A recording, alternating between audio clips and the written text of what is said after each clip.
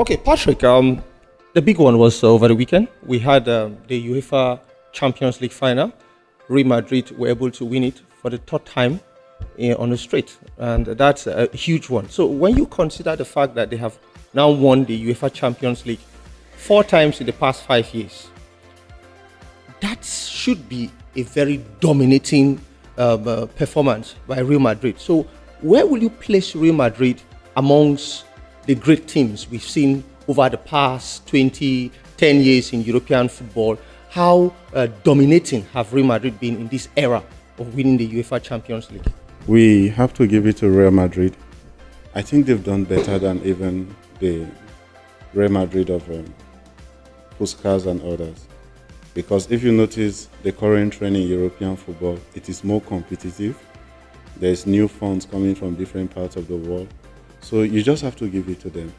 I don't want to talk about their style because there are a lot of people, the purists believe that the style has not been there. It's not a Real Madrid team with a lot of swag. It is a Real Madrid team that gets the result. But vis-a-vis, anyhow you want to look at it, if you want to place them, they are achieving this at a time when European soccer has become very, very competitive.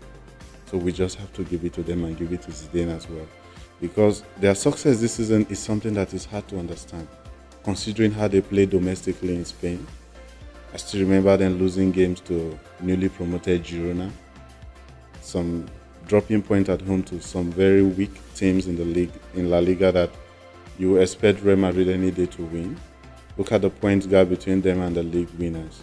But the Champions League has become something that is as if it's Real Madrid bread and butter. They know how to do it. They know how to get the result even on a day they are not playing spectacularly. So we just have to give them the credit for that. But there are some critics that would look at the past 5 years and they would ask a question. The past 5 years, your domestic league, you talked about the La Liga and how they didn't really live up to expectation this season. The last 5 years, they've won it once. Barcelona have won it 3 times and Atletico Madrid have won it once. So for a team that has virtually dominated Europe, why have they found it so difficult to do same in the domestic league? If you look at league football is different from Champions League football. The only aspect of Champions League football that you can relate with league football is the group stages, where you can afford to have 1 or 2 bad games and you can still recover. But after the group stages in the Champions League, it becomes the knockout stages. You can play one good leg and play one bad leg, minimize the damage, and you go through to the next round. Secondly, with European integration, whether we like it or not, we're moving into a stage where the leagues are going to be relegated into a second priority. Some few days ago, Carlos Puyol was saying it that Barcelona needs to win the Champions League.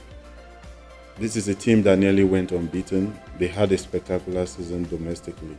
But you can see a Barcelona legend telling you that not doing well in the Champions League is becoming a problem. And if you look at what is going on in Europe, UEFA are trying to create their own Super League. The big clubs are pushing for a Super League. I see a situation whereby football in Europe is going to mimic the European Union project as well, where there's going to be, the leagues are going to cede their powers and the UEFA Champions League is going to become the in thing.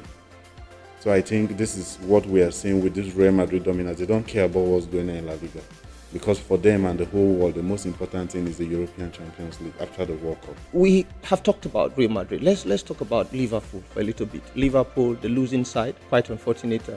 A lot has been said in the media about the misfortune of losing Salah, and of course the misfortune of having Karius gift Real Madrid 2 goals in the UEFA Champions final. But they don't look like a team that has covered themselves and tried to console themselves. They've moved on. They've come up with a wonderful transfer. Yes, Fabinho has come in and nobody saw that coming. How in these modern days of press pry into transfers, how were they able to do it? Even Sky never reported any link until the deal was announced yesterday.